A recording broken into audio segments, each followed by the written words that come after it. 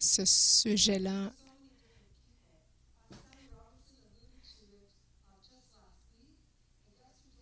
il est partagé par Sammy Robinson la semaine passée.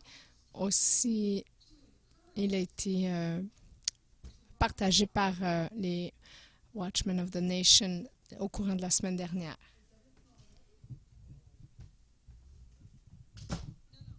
Est-ce que tout est prêt?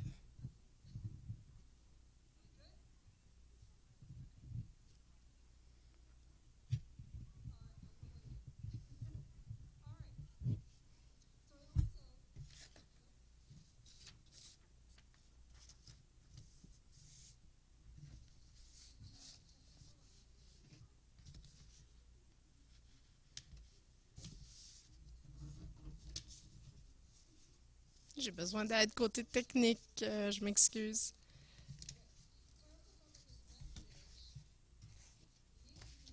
Alors, j'ai senti que ce message devait être personnalisé pour cette saison.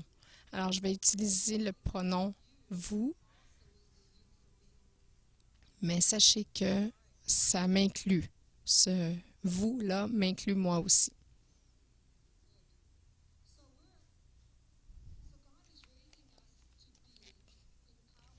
Alors, Dieu nous élève pour être des gens qui vont changer le monde.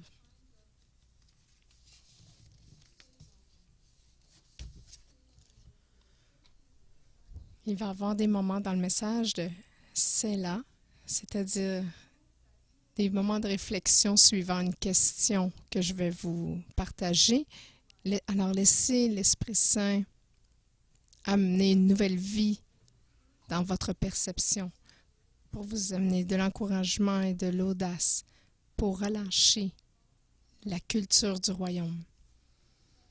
Alors, premièrement, laissez-moi prier. Père Céleste, je te remercie pour cette parole. Je te demande qu'alors que nous allons entendre, tu puisses remuer notre esprit, raviver notre esprit, guérir ces endroits qui ont besoin de guérison, afin que nous puissions avoir la foi et l'audace de parler en ton nom dans cette atmosphère. Nous te remercions et nous te prions que nos œillères puissent être enlevées, que nos croyances fausses puissent être brisées, afin que nous puissions savoir que c'est ton esprit qui parle la vérité et que nous sachions quoi faire pour être en accord dans le ministère de l'Esprit Saint dans nos vies, dans notre Christ. Amen. Alors, pour devenir quelqu'un qui change le monde, on doit être dans la course. Comme l'apôtre Paul l'a dit, on doit courir la bonne course, mais nous devons nous préparer pour être dans cette course. Alors la question est, sommes-nous à la ligne de départ ou notre focus mal placé nous a éloignés de la traque? Quel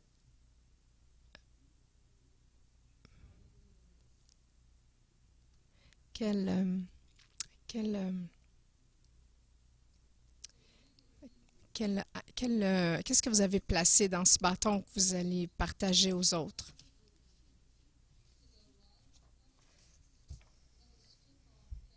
C'est pourquoi nous aussi, qui sommes entourés d'une si grande nuée de témoins, débarrassons-nous de tout fardeau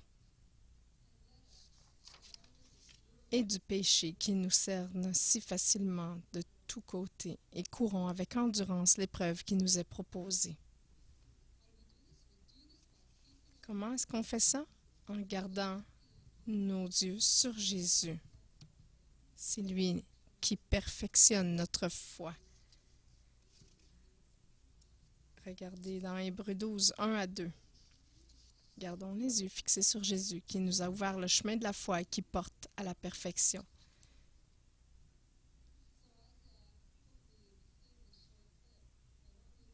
J'ai un petit vidéo.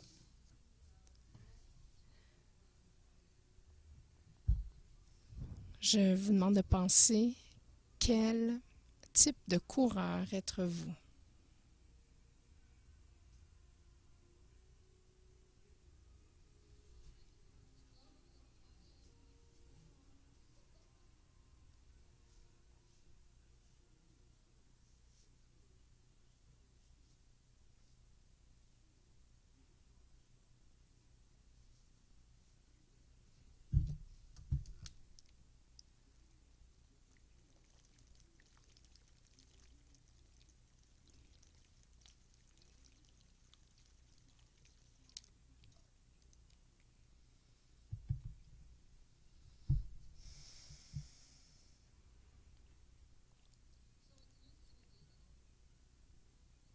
Aujourd'hui, c'est tellement une belle journée ensoleillée. C'est un grand changement.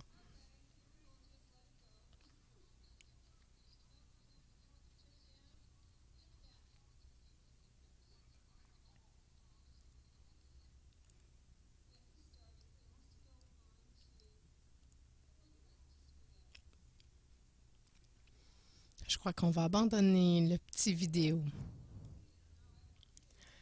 Je sais que vous voulez le voir. Moi aussi, j'aimerais.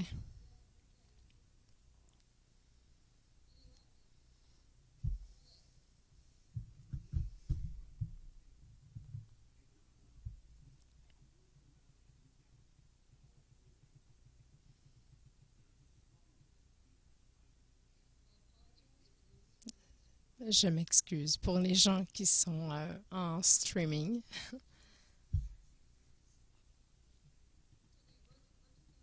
Alors, on va laisser tomber la vidéo.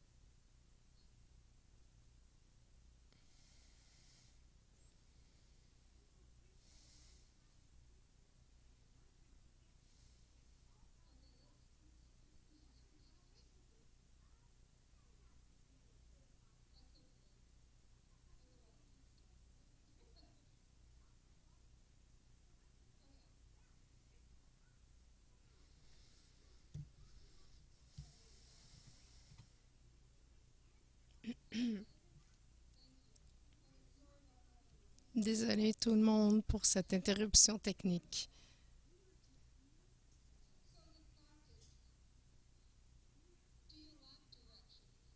Alors, la vraie question que je voulais vous poser, c'est est-ce que vous manquez de direction dans la course? Est-ce que vous allez dans la vie sans direction précise?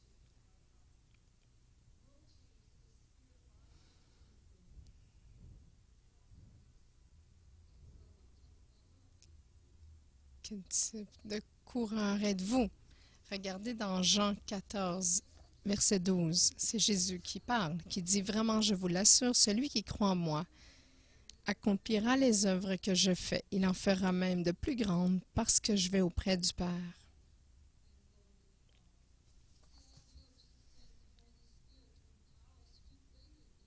L'Esprit Saint nous donne la puissance et nous sommes remplis de cet Esprit Saint. Alors, au moment où on décide de donner notre vie à Jésus, de croire dans son travail sur la croix, son Esprit Saint est venu habiter en nous et nous avons tout le royaume de Dieu à l'intérieur de nous. Alors, qu'est-ce qu'on doit faire? C'est d'activer ce royaume. Et il est activé par la relation avec Jésus. Prenez votre autorité sur les œuvres de l'ennemi. Croyez dans ce trésor que Dieu a placé en vous. Pratiquez le royaume.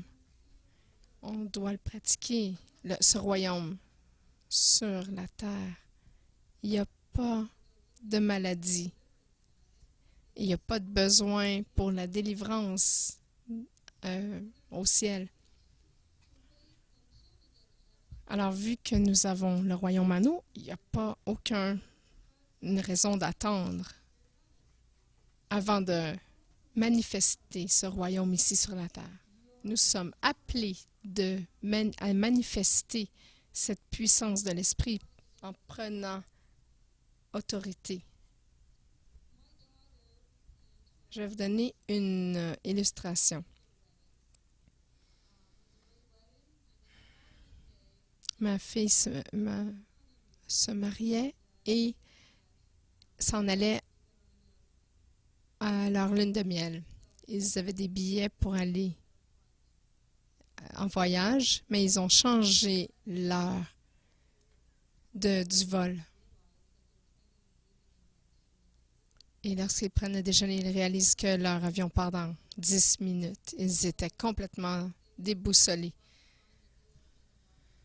Ils sont arrivés à l'aéroport et ils ont réalisé qu'ils étaient 6 couples qui devaient aller sur ce vol. Et ils se demandaient tous comment ils allaient rejoindre leur destination. Alors, ça m'a brassé un petit peu. Ça, je me suis dit, ça ne devrait pas arriver, ça. Alors, j'ai dit à l'avion de revenir à l'aéroport qu'il fallait qu'il répare l'air climatisé. Et là, j'ai continué ma journée. Et plus tard, j'ai appris qu'effectivement, l'avion était revenu et il a repris ma fille, son fils et les 5 autres couples. Et j'ai dit, wow, merci Seigneur que c'est arrivé. Alors, vous voyez, on peut prendre autorité. Lorsque nous croyons en qui nous sommes, nous prenons notre autorité. C'est d'activer cette autorité. La seule manière que ces dons de l'Esprit Saint vont être activés par la puissance de l'Esprit Saint, c'est par vous qui allez utiliser votre autorité déléguée en participant à cette course dont Paul parle. Ne savez-vous pas que sur un stade, tous les concurrents courent pour gagner et cependant, un seul remporte le prix? Courez comme lui de manière à gagner. 1 Corinthiens 9, 24. Est-ce que nous sommes vraiment partis de cette ligne de départ? Je vais vous donner un moment de pause. Vous savez, le pistolet de départ a été lancé. L'Esprit Saint court de personne en personne en distribuant le bâton de gloire pour donner naissance à ces gens qui changent le monde. Dans le livre des Actes 17, verset 6, on entend Paul qui parle à ces gens de Thessalonique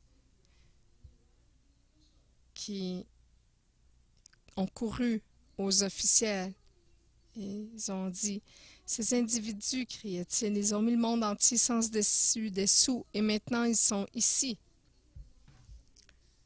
Ils étaient complètement apeurés.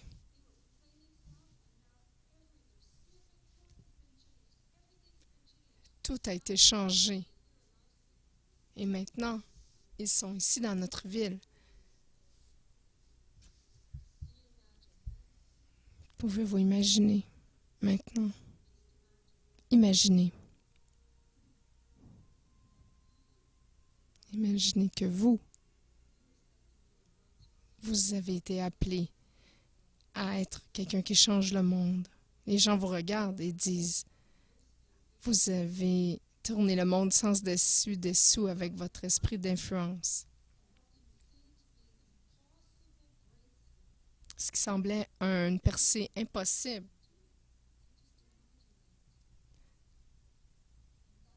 imaginer pour un instant.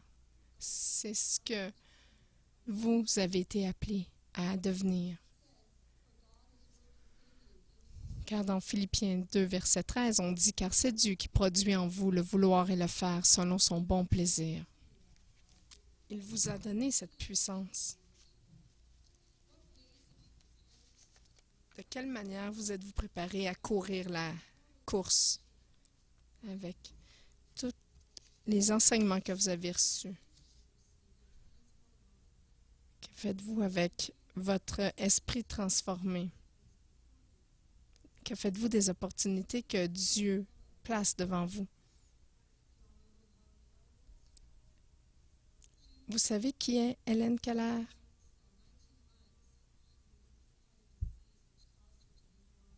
Elle a eu une maladie dans l'enfance, qui l'a amenée à devenir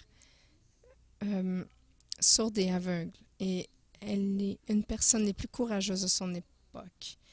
Elle a dit « Je suis seulement une personne, mais je suis quelqu'un. Je ne peux pas tout faire, mais je peux faire quelque chose. Et parce que je ne peux pas tout faire, je vais refuser de faire quelque chose que je peux. Je ne vais pas refuser de faire quelque chose que je peux faire. » Elle a changé l'histoire par la manière qu'elle a eu de surmonter les obstacles physiques. C'était la première personne aveugle et sourde à graduer de l'université. Elle a été une voix pour les gens handicapés. Elle était une écrivaine, une activiste politique, une écrivaine. J'ai lu un livre qui s'appelle Heavy Rain et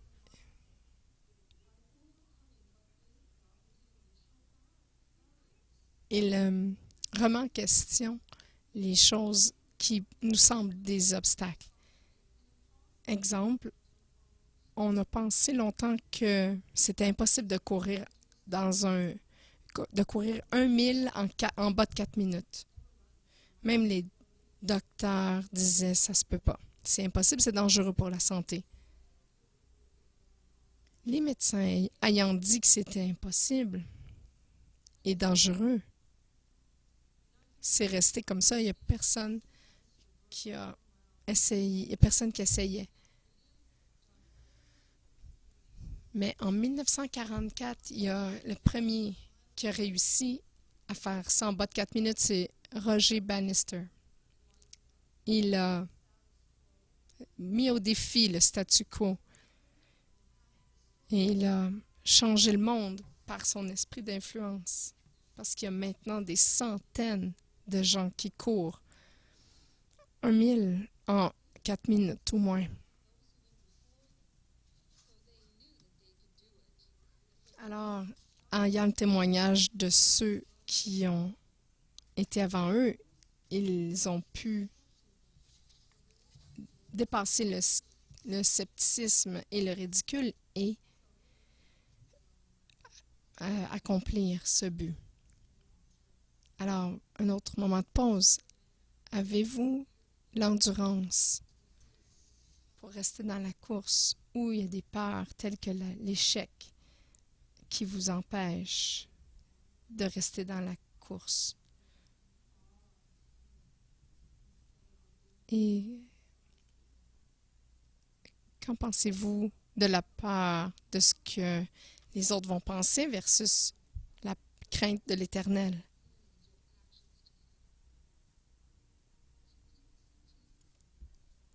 Est-ce que les gens peuvent voir Jésus à travers vous? Est-ce que vous croyez que rien n'est impossible à ceux qui croient? Est-ce que votre but dans la vie motive les autres à cette culture du royaume de Dieu? Est-ce que vos actions dans votre vie motivent les autres dans votre cercle d'influence? Vous savez, les gens vous regardent, particulièrement si vous leur dites que vous êtes chrétien.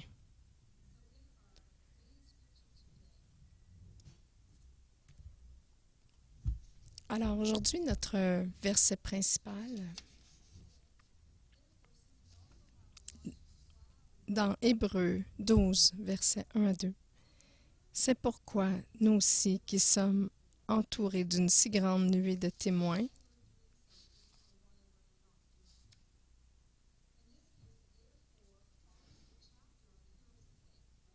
ce chapitre suit celui des héros de la foi.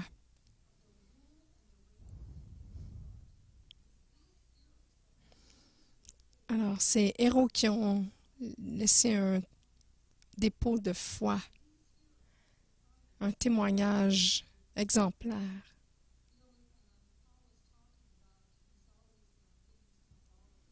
Vous savez, Paul donne souvent beaucoup de symboles et on parle de course ici. Vous savez, en ce temps-là,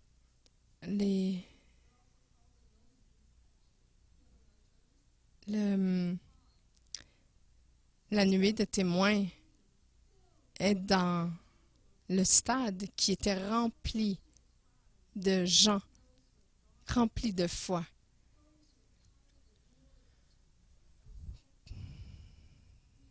Tous ceux qui ont porté le bâton de la foi dans le passé, à travers l'adversité, qui mettaient au défi le statu quo de leur époque. Il y a eu des gens qui ont été lapidés, d'autres qui ont été crucifiés la tête en bas ou dont on a coupé la tête à cause de leur foi en Jésus. Lorsque je pense à nous, parfois, les gens nous regardent de travers et on se sent persécuté.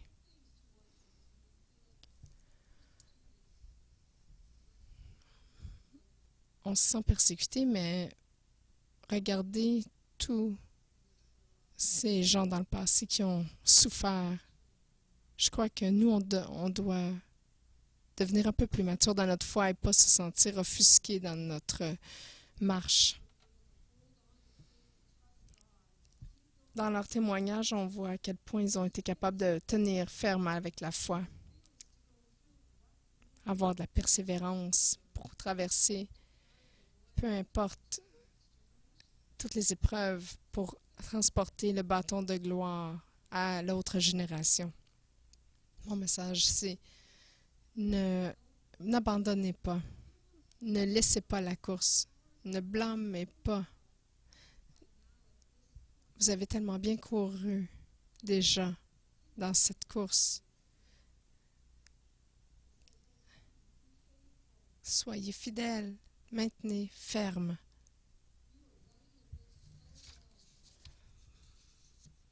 Regardez Galates 5, verset 7. Paul dit, « Vous couriez si bien, qui vous a détourné de l'obéissance à la vérité? » Parfois c'est nous, parfois c'est les autres.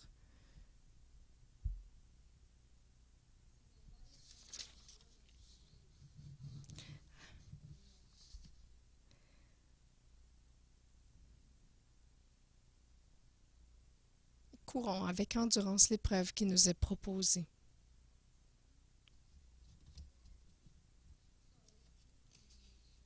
Pardon, c'est ce verset-ci que je voulais vous partager. Débarrassons-nous de tout fardeau et du péché qui nous cerne si facilement de tous les côtés.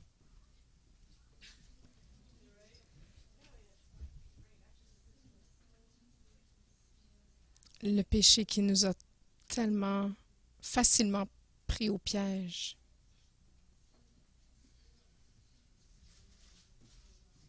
Celui qui nous empêche de courir si bien. On doit être des gens d'obéissance, complètement dédiés à Dieu, pas à la chair, pas aux autres, pas au monde et à ses opinions, mais plutôt dédiés au Père. Nous devons être humbles, retourner vers le Père et confesser nos péchés actuels. Et ensuite, à partir de là, reprendre la course avec un but. Est-ce que vos convictions personnelles viennent en contradiction avec les principes du royaume et vous empêchent de participer complètement Est-ce que les choix que vous faites sont motivés par l'amour que vous avez envers le Père? Les parents de mon mari travaillaient pour le CN et ils pouvaient avoir des billets pour voyager partout dans le Canada gratuitement.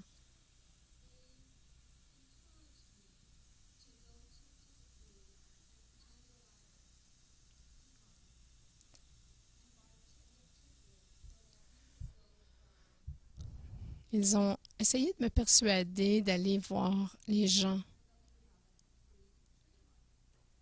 Euh, des billets de train, d'aller essayer d'avoir un billet gratuit en me faisant passer pour quelqu'un de la famille proche. Je suis allée voir l'homme qui émettait l'étiquette. Je leur parle. Je n'étais pas certaine que c'était une bonne idée, mais j'ai dit, ça vient de la famille. Alors, j'ai dit, voici mon nom et ceci, mais c'est pas mon vrai nom. Mais ils m'ont donné le billet quand même. J'ai marché et j'ai dit non. Non, ça fait pas plaisir à Dieu. Si je veux suivre Dieu, je dois être obéissante. Peu importe le coût. Peu importe si je vais pas en voyage. Et peu importe si mon mari se sent mal et que sa famille me rejette pour ça. Alors, je suis retournée au ticket et j'ai donné le ticket au monsieur et j'ai dit, je m'excuse, je peux pas y aller. Et je suis partie. Je me suis sentie soulagée. Il y a eu tellement un poids qui est sorti de mes épaules parce que je savais que j'aimais Dieu plus que tout. Alors, il y a ces temps où on peut se détourner de ce qu'on a fait et se retourner vers Dieu. Et de savoir que pour Dieu, on fait les choses comme elles se doivent. On entend plein d'histoires à travers la Bible de gens qui choisissent d'aller contre le flot de la société ou contre les principes de leur famille. Ils choisissent de rester obéissants, d'être des influenceurs au lieu d'être influencés. Tout ça parce que leur amour pour le Père est plus grand que tout.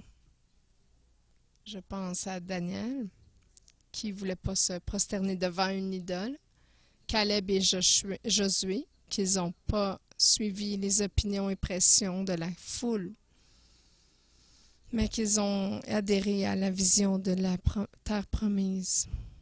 Et ce sont été les seuls de leur génération qui sont allés sur la terre promise. Et je pense à la reine Esther, qui n'a pas laissé la peur d'être mise à mort, de sauver son peuple.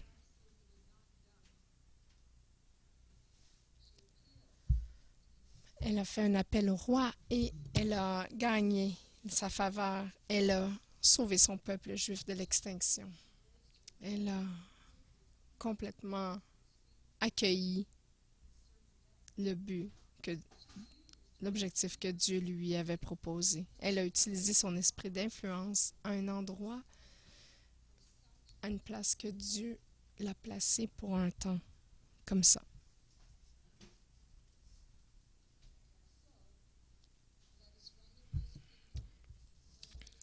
Alors, courons avec endurance l'épreuve qui nous est proposée.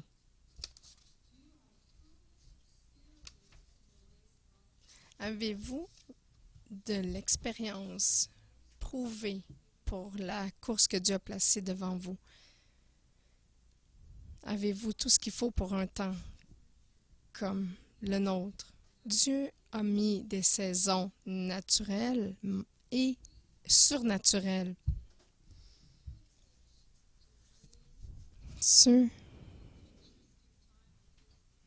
qui on a la chance, le privilège de vivre dans un temps très, très intéressant. Même si vous auriez souhaité être né dans un autre siècle. Même si vous sentez que vous voulez vous cacher dans une cave jusqu'à l'enlèvement, vous êtes né en ce temps pour une raison et Dieu ne fait pas d'erreur. Vous faites partie de l'équipe du royaume. Chaque joueur dans l'équipe est nécessaire. Votre présence est sans équivoque. Parce que vous êtes en contact avec certaines personnes que je ne suis pas en contact. Et je suis en contact avec des gens avec lesquels vous n'êtes pas en contact. Donc, on peut tous ensemble être unis et multiplier notre influence. Et nous pouvons introduire les gens au royaume de Dieu et à sa culture. Il n'y a pas beaucoup de gens qui veulent être le capitaine de l'équipe. On n'est pas tous appelés à être au centre du stage. Imaginez, on ne peut pas tous être des goalers. Il n'y aurait pas de but de compter. On doit tous avoir notre position pour faire en sorte que ça fonctionne. Chaque position est nécessaire. Chaque sourire à un passant est nécessaire. Chaque offense qui est rejetée est utile. Chaque pardon est important. Tout ça, Dieu l'utilise pour la guérison, pour l'intercession, pour la prophétie. Tout ça est nécessaire.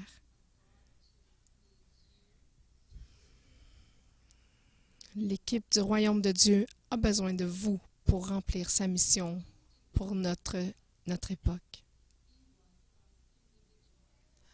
Jésus ne focusait pas sur la foule, il était très personnel, un à un. Alors, Dieu a besoin de vous. Vous savez, il y a une grande récolte qui s'en vient et c'est pas le temps d'être un joueur assis sur les côtés, regardant la partie.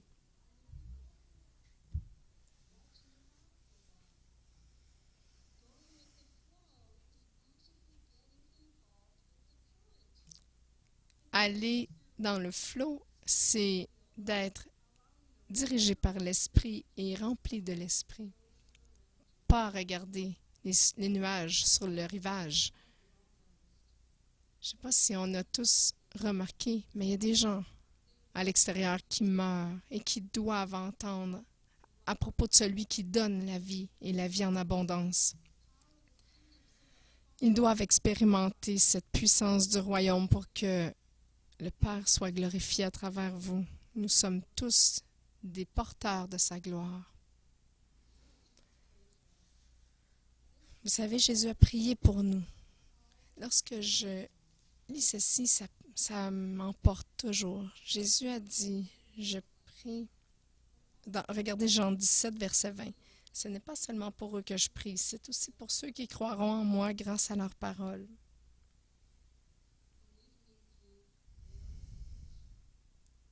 À travers leur message. Jésus ajoute dans le verset 22, « Je leur ai donné la gloire que tu m'as donnée. »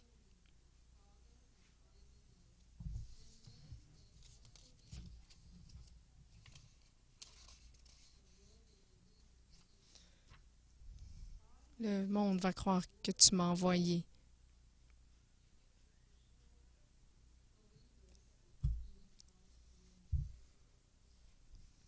Croyants, tout un chacun, vous avez la gloire de Dieu en vous. C'est pas merveilleux?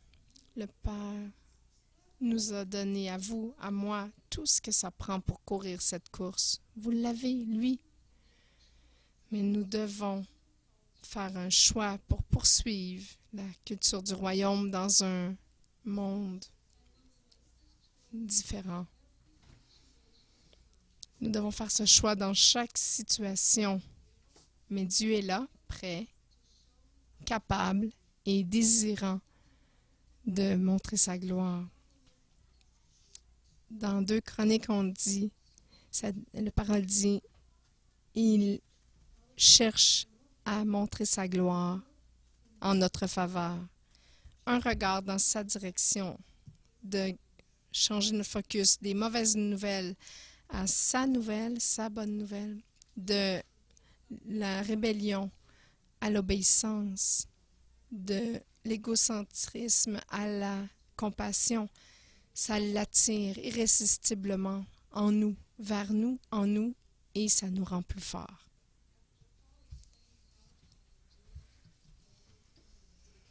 Paul explique comment avoir de l'endurance pour courir la course. Il dit, on peut faire ça en gardant nos yeux sur Jésus, celui qui perfectionne notre foi. Le focus de nos yeux détermine notre direction. Si votre focus est distrait, vous allez chambranler.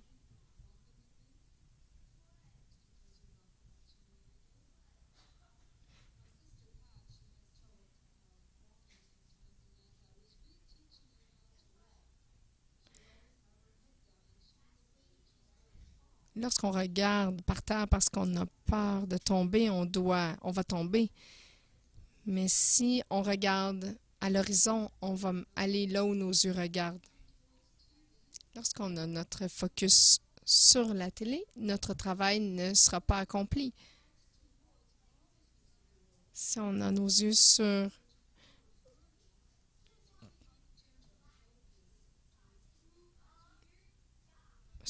tout ce qui va mal dans le monde, c'est difficile de rester encouragé. On va être découragé et on va avoir de la difficulté à garder nos yeux sur la culture du royaume. Dieu nous cause à avoir ces fardeaux.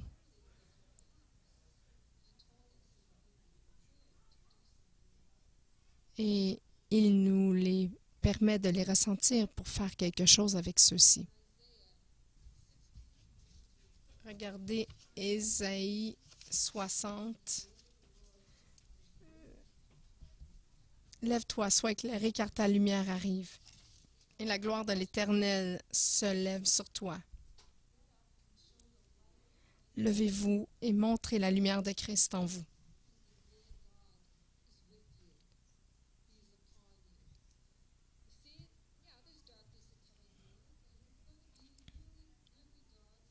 Voici les ténèbres couvrent la terre et l'obscurité les peuples.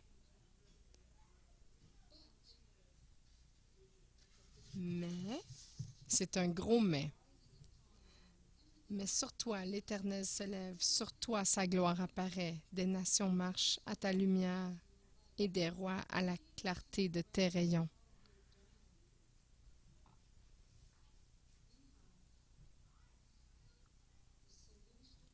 Nous avons la solution pour les problèmes des gens. Et vous transportez cette solution en vous. Le miracle que quelqu'un attend est en vous. Il n'attend qu'un moment divin soit manifesté. Car l'Esprit de Dieu est en vous. Vous avez sa sagesse, sa parole de révélation, de connaissance, de puissance et tellement plus. Vous savez, toutes les nations sont ici au Québec. Les rois, c'est ceux qui sont les leaders, les patrons. Toute personne qui est en position d'influence regarde à vous pour une réponse. Et c'est la brillance de votre aurore qui va les attirer. Celle qui perce à travers vous. Alors, la question, c'est qu'est-ce qu'il y a dans votre bâton? Quelle un testament est-ce que vous léguez à la prochaine génération? Avez-vous porté votre bâton avec vigueur, zèle et détermination ou vous l'avez laissé glisser hors de votre main? Vous savez, il n'est pas trop tard pour le reprendre fermement et racheter le temps. Nous voulons tous terminer bien. Alors, avez-vous déterminé de finir la course d'une bonne manière? Nous devons avoir une vision de comment nous allons passer notre vie afin que, à la fin, nous sommes allés là où nous devions aller et ayant fait ce que nous devions faire.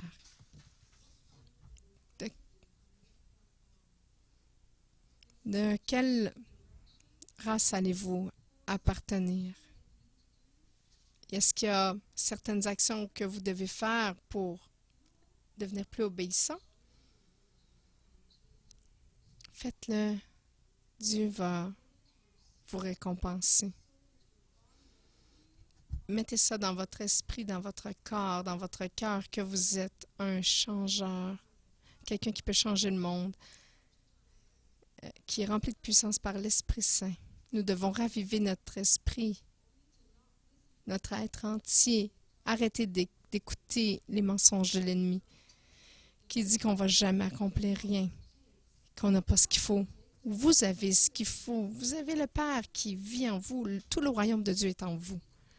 Alors, reprenez le jeu. Reprenez votre position. Nous avons besoin que vous participiez pour être dans l'équipe du royaume. Nous devons connaître le Père mieux, comprendre ses voies, tout comme Jésus l'a appris. Pour avoir des yeux, pour voir ce que Jésus fait et faire ce qu'il fait. Tellement près de l'Esprit Saint, de le laisser vous diriger, d'avancer d'un pas de foi, d'utiliser votre autorité qui a été déléguée et d'amener le royaume à vous, par vous, autour de vous, de ne pas avoir peur, de transporter ce bâton de gloire pour honorer le Père.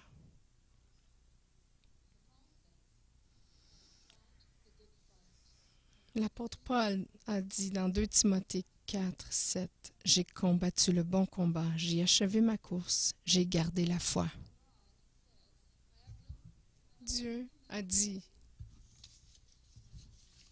dans Josué 1, verset 9, « Je t'ai donné cet ordre, prends courage et tiens bon, ne crains rien et ne te laisse pas effrayer, car moi, l'Éternel ton Dieu, je serai avec toi pour tout ce que tu entreprendras. »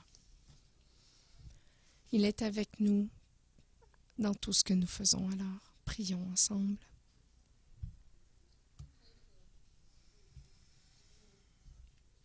Je vais prier pour l'audace, le courage. Père, je prie pour nous tous. Levez votre main en accord. Père, je prie pour ceux qui ont leurs mains levées. Maintenant, vous les voyez, tu les vois. Je prie que tu donnes à tous l'audace, que nous soyons tellement audacieux et courageux, que nous puissions avancer pour faire ce que tu veux que nous fassions dans ce temps, dans notre sphère d'influence.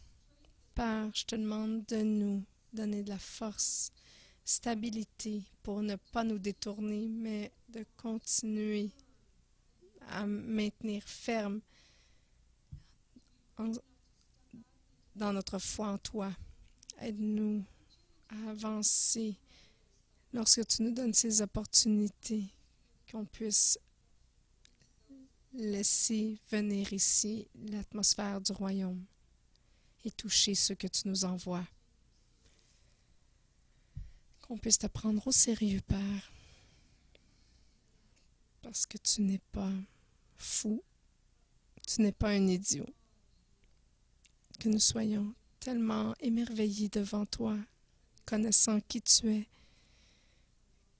que nous puissions désirer faire tout ce qu'on peut faire pour exprimer ton amour à ceux autour de nous, pour être des gens qui changent le monde et amener ta gloire partout où nous allons. Merci, Père, pour ton Esprit Saint. Amen. Soyez bénis.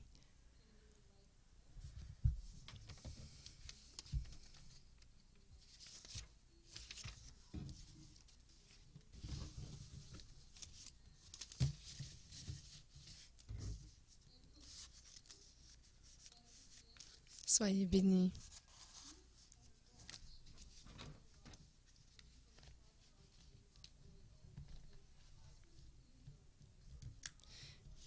Laissez vos sens du royaume ouverts. Il y a des centaines de gens autour qui ont besoin d'entendre cette parole de Dieu. Dieu a tellement placé beaucoup en vous. Vous avez tout simplement dire « Oui, Père, laisse-moi voir ce que tu fais. Qu'est-ce que tu veux que je fasse, Jésus, aujourd'hui, maintenant? » Écoutez cette voix.